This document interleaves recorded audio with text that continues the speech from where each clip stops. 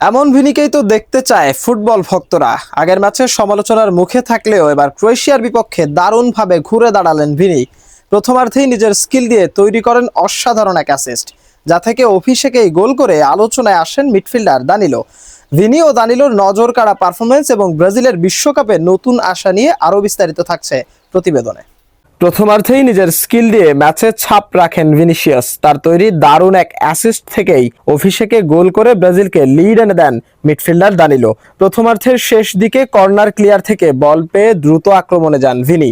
একাধিক ডিফেন্ডারকে ব্যস্ত রেখে নিখুঁতভাবে বল বাড়ান ফাঁকায়, আর সেখানে উপস্থিত ছিলেন দানিলো। ভলিতে গোল করে দারুণভাবে দলকে লিড এনে দেন দানিলো।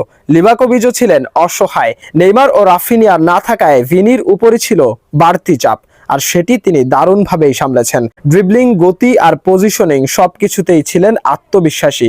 পুরো প্রথমার্ধে আক্রমণের মূল চালিকা শক্তি ছিলেন ভিনিসিয়াস। অন্যদিকে মাঝ মাঠে সুযোগ পেয়ে দানিলো নিজের উপস্থিতি জানান দিয়েছেন। শুধু গোল নয়, বল কন্ট্রোল ও পাসিংয়েও রেখেছেন দারুণ ছাপ। তার পারফরমেন্স ব্রাজিলের মাঝ মাঠে এনে দিয়েছে বাড়তি স্থিরতা। গত ম্যাচে সমালোচিত ভিনিসিয়াস এই ম্যাচে জবাব দিয়েছেন মাঠেই। তার পারফরমেন্সে স্পষ্ট আনচেলত্তির পরিকল্পনায় তিনি কতটা গুরুত্বপূর্ণ। সব মিলিয়ে ভিনি ও দানিলোর পারফরমেন্সে নতুন ছন্দ খুঁজে পেয়েছে ব্রাজিল। বিশ্বকাপের আগে এটি দলের জন্য বড় ইতিবাচক বার্তা।